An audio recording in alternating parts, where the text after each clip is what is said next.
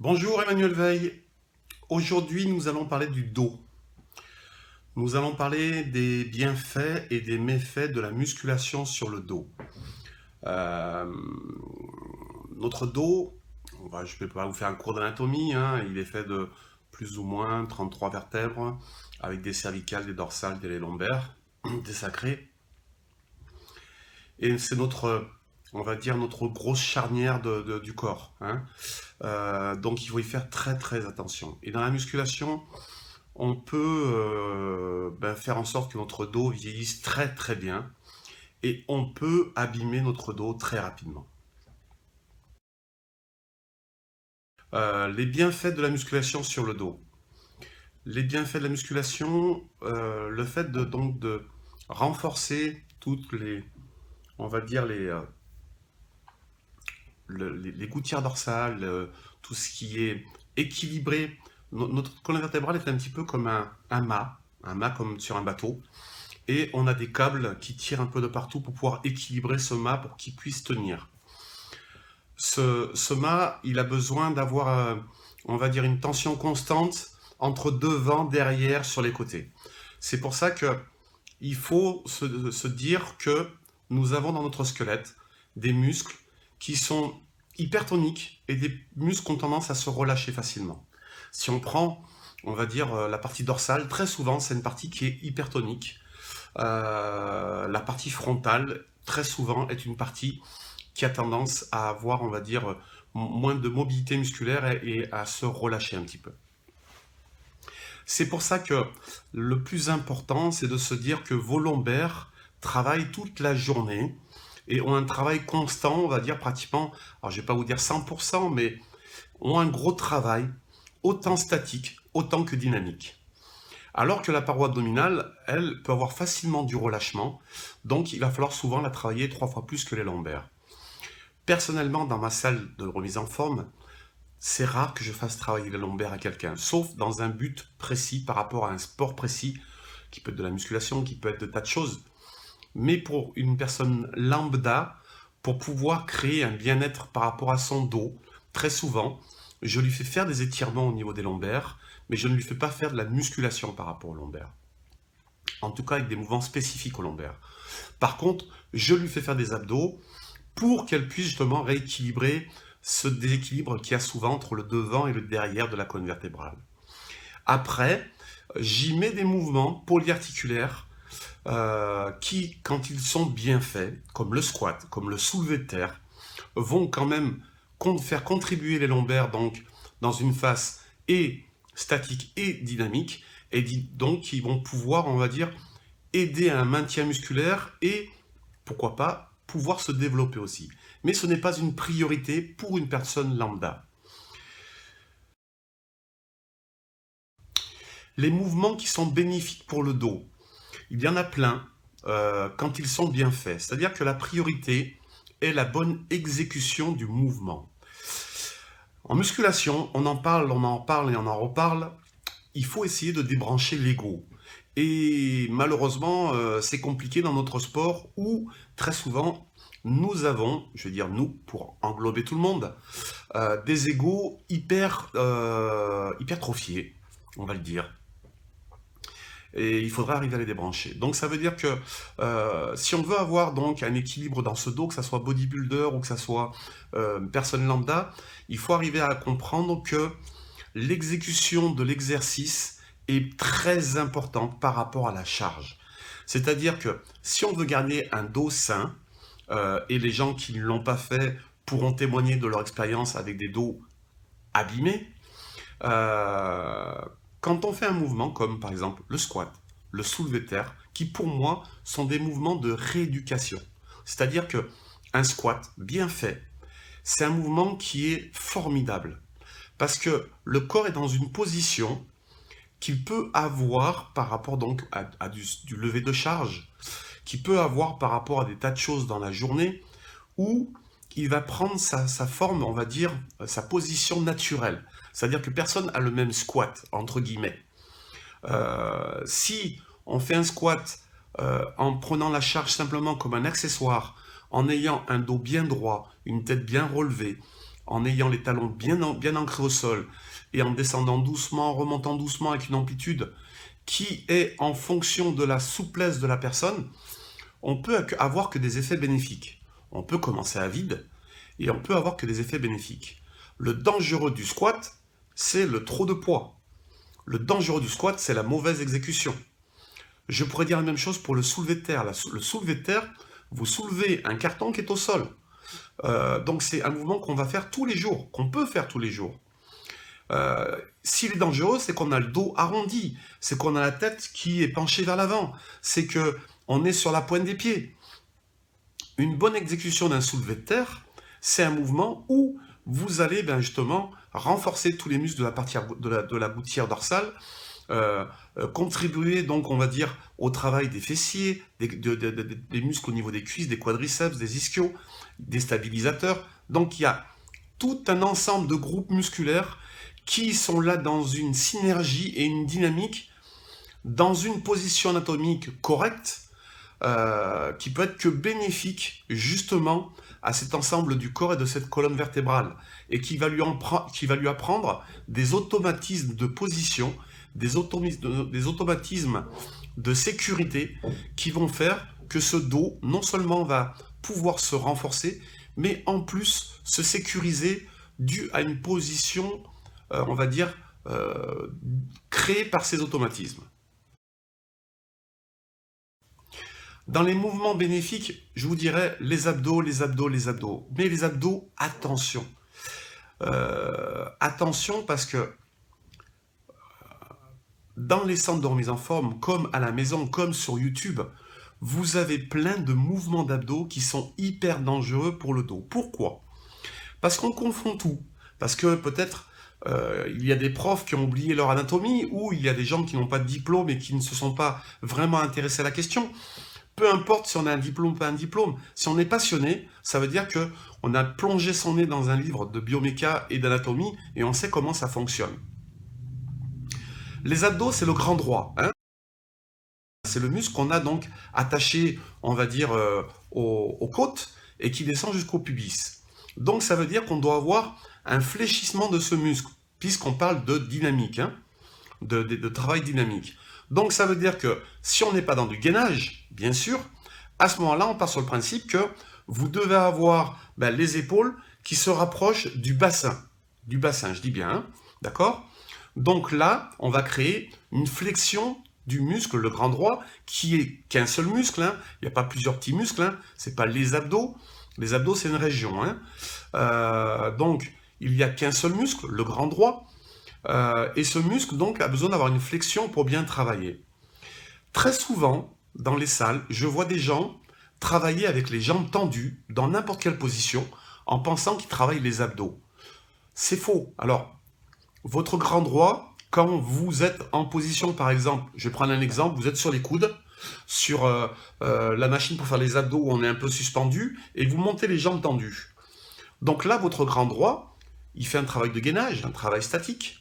Mais par contre, il y a un travail au niveau de petits muscles qui s'appelle donc le psoas, qui est hyper dangereux, parce que le psoas, c'est un tout petit muscle qui a tendance à se contracter et qui, étant donné qu'il est petit, sature très vite, a tendance à avoir du mal au bout d'un moment à se relâcher. S'il reste en contraction, il crée ce qu'on appelle une rétroversion au niveau du bassin, qui va vous créer en fin de compte des douleurs au niveau des lombaires. Donc attention à tous ces abdos-là. Ces abdos, tous jambes tendues, ne devraient pas exister.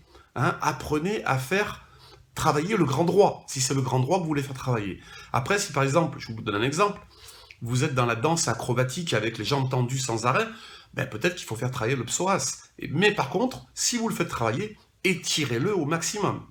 C'est-à-dire que ce petit muscle, même s'il a besoin d'être hyper dynamique pour certains sports, étirez-le encore plus. Autrement, vous aurez forcément des douleurs au niveau du bas du dos. Donc, attention aux abdos, qui doit être fait le plus possible, mais justement bien fait au niveau anatomique, mais surtout de ne pas, on va dire, engendrer le travail du psoas, qui lui va vous créer des problèmes de dos.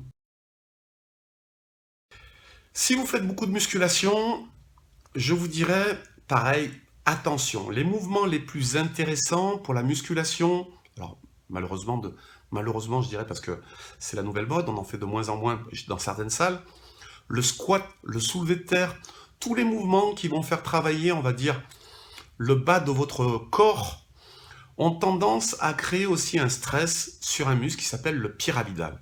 Le pyramidal, qu'est-ce que c'est? Alors, la nomenclature change souvent, donc vous pouvez le trouver sous des noms différents. Moi, je l'ai appris sous le nom du pyramidal. Le pyramidal, c'est un muscle qui est comme un petit triangle qu'on retrouve sous le fessier, sous le grand fessier. Tout simplement, le pyramidal, il a tendance, comme le psoas pour les abdos, à créer des spasmes et des contractions et à ne plus se relâcher. C'est un stabilisateur donc au niveau des iliaques. Donc quand on fait des mouvements, on va dire, où on demande à beaucoup de groupes musculaires de travailler, il a tendance donc lui à participer et à bloquer donc ses iliaques pour pas qu'ils bougent et à vite se stresser. Donc il faudra étirer ce pyramidal. Alors comment l'étirer? Il faut faire des étirements donc que je vais vous mettre en photo. Et à la rigueur, vous pouvez pratiquement le masser. Alors, il ne faudrait pas que je vous explique comment le masser. Il faudrait, on va dire, mettre la personne sur le côté, enfin, vous mettre sur le côté, demander à quelqu'un qui mette le coude sur le fessier, soulever légèrement la jambe pour relâcher, on va dire, le fessier en lui créant donc une abduction, et appuyer donc sur la partie douloureuse du pyramidal pour tout doucement, bien sûr en y allant doucement, le relâcher. Les deux principales dangerosités donc, du dos en musculation sont la contraction du pyramidal, l'hypercontraction du pyramidal, et l'hypercontraction du psoas. Si on enlève tout ça, c'est-à-dire qu'on fait des assouplissements et qu'on fait attention à la bonne exécution des mouvements, on enlève 80% des problèmes de dos en musculation. Et ça, c'est quand même vachement important. Les étirements. Alors, on a remis en question les étirements en disant « Oui, ça crée des micro-déchirures ». Le problème, là-dedans, c'est essayer de lire les études. Essayez de lire ces maudites études. Si vous regardez bien ces études, que vous les traduisez et que vous les interprétez, ils ont regardé sur des athlètes qui faisaient de la gymnastique, les étirements et assouplissements qu'ils faisaient. Mais attention, quand on est en musculation, on n'est pas dans on n'est pas dans un étirement comme en gymnastique. On n'est pas dans un assouplissement comme en gymnastique. On est plus, si j'étire par exemple mon derrière d'épaule, hein, mon deltoïde postérieur, regardez bien, donc je vais tirer. Mais je fais plus de la relaxation musculaire. Je vais souffler, relâcher, mais je fais presque, on va dire, du yoga, de la relaxation, surtout de la relaxation, mais je ne suis pas là dans le but que mon coude vienne toucher mon buste et d'une performance au niveau des étirements. Si vous faites de la boxe anglaise, du karaté, de la gymnastique, vous allez chercher à faire des étirements et des assouplissements pour créer une plus grande amplitude du mouvement. Là, vous pouvez créer des micro-déchirures. Mais si vous faites des mouvements, on va dire, fluides, légers, tout doucement du muscle concerné, en ayant simplement dans la tête qu'on est là pour relâcher le muscle, pour lui rapporter, on va dire, un soulagement et de relaxation, à ce moment-là, il n'y a aucune micro-déchirure et ça peut être que bénéfique pour la musculation. Donc, ne mélangez pas tout. Nous faisons, nous, de la relaxation musculaire et pas des étirements ou des assouplissements. Je vais vous donner un super outil que je me sers depuis, je dirais, 30 ans. Alors, je l'ai trouvé sous une forme, on va dire, maintenant commerciale. Le voilà. Hein, il est très joli. Hein. Non, ce ne sont pas mes testicules. Hein, je ne les ai pas enlevés. J'ai les mêmes, mais ce n'est pas la même couleur. Donc, pour rester dans le dos, cet appareil est fantastique. Pourquoi? Alors, si vous ne le trouvez pas commercialement, avant, c'est ce que je faisais, je prenais une chaussette, une grande chaussette de foot, où j'y mettais 2 balles de tennis. Donc, vous prenez 2 balles de tennis, vous les rentrez dans la chaussette, vous tirez au maximum la chaussette, vous faites un nœud, vous coupez l'excédent du nœud, et ça vous donne cette forme-là. Bien sûr, donc avec la chaussette qui est là, par exemple. Hein. Ça, c'est l'outil idéal pour ne plus jamais avoir mal au dos. Je vous explique. Votre dos est donc un ensemble de vertèbres qui sont les unes sur les autres, avec des disques, on va dire, qui sont de la fibre, et qui permettent justement donc d'amortir un petit peu. Ce dos, les douleurs que vous pouvez avoir au dos sont faites, sauf s'il y a des choses, on va dire, très graves, mais très souvent, sont simplement faites par des blocages anatomiques au niveau de ces vertèbres, dus à des mauvaises positions, dus à des tas de choses. Il vaut mieux d'ailleurs que votre dos bouge, donc qu'il y ait des choses à remettre en place, qu'il casse. Hein, s'il bouge, c'est pour pas qu'il casse. Ce dos, il arrive à avoir des blocages. Quand ces blocages se créent, ils se créent souvent par deux choses. Donc une mauvaise position ou, on va dire, un stress musculaire. Si par exemple, je vous donne un exemple pour que vous compreniez bien, vous bricolez toute la journée et vous n'avez pas forcément de mauvaise position, le fait d'être dans des mouvements où vous allez vous mettre dans des positions où musculairement ça va travailler, vous pouvez avoir des petits muscles donc au niveau du dos, on ne va pas en citer parce qu'il peut y en avoir de partout, qui vont se stresser plus que d'autres parties, dues à une position répétée ou quoi que ce soit. Ce muscle va avoir tendance à se contracter et à ne plus se relâcher. Une fois qu'il va se contracter et ne plus se relâcher, il n'a plus son effet élastique. Donc, s'il n'a plus son effet élastique, parallèlement, de l'autre côté, le muscle a son côté élastique. Et quand vous allez, par exemple, tourner, si c'est d'un côté où la partie est élastique, tout va suivre.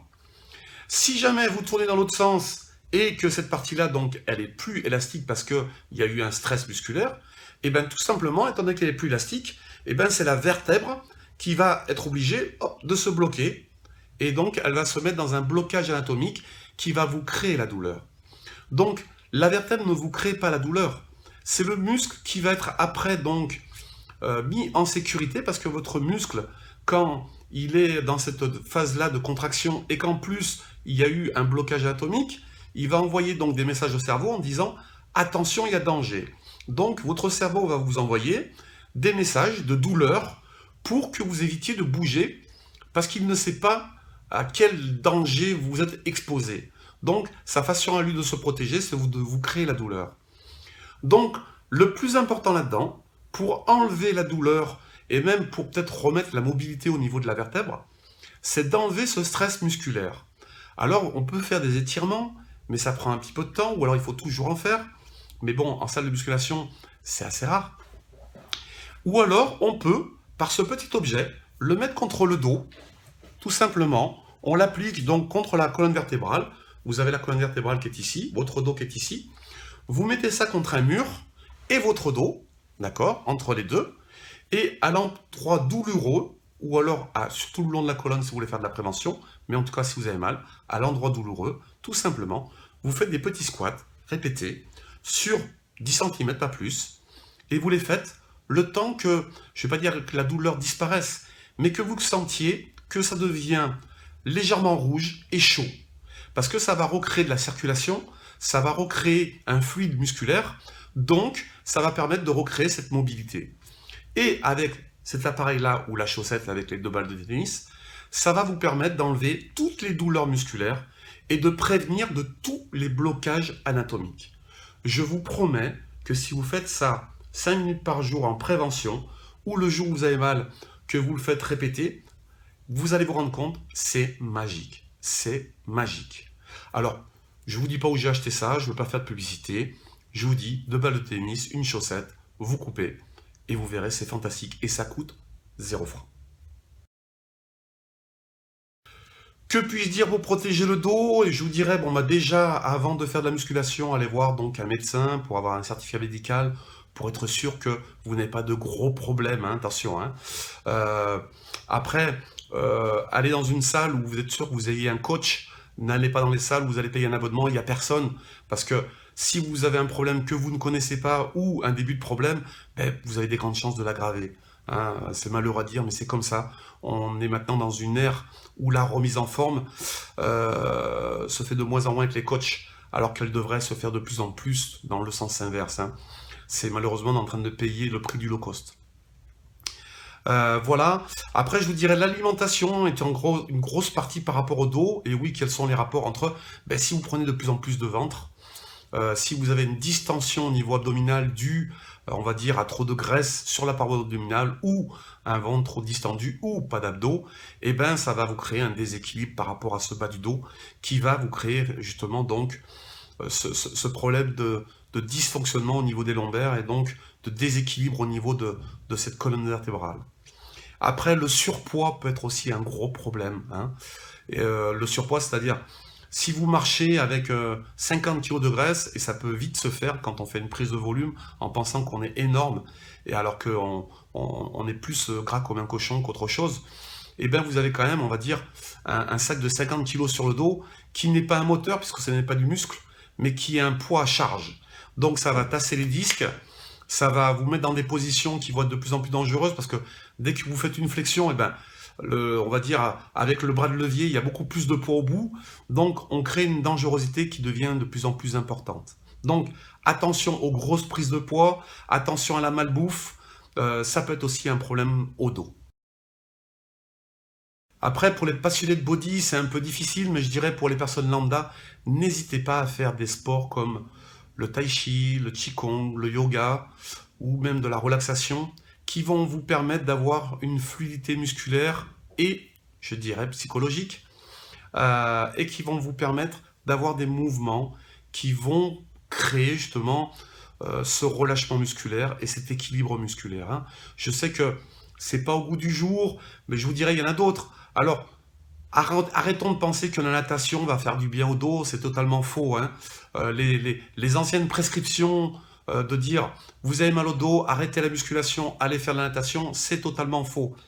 La personne qui fait de la brasse, je dirais, qui a mal au dos, elle va se bousiller le dos, hein. Donc, attention, la natation n'est pas, on va dire, le sport idéal pour tout, hein. Très souvent, je dirais qu'il y a un corps médical qui a tendance à vouloir mettre ça à tout la natation, c'est l'idéal. C'est entièrement faux. Partez du principe que il est intéressant d'avoir l'avis de son médecin, d'avoir l'avis de son kiné, mais que la musculation bien faite vous permettra d'avoir un équilibre musculaire qui permettra d'avoir un dos sain.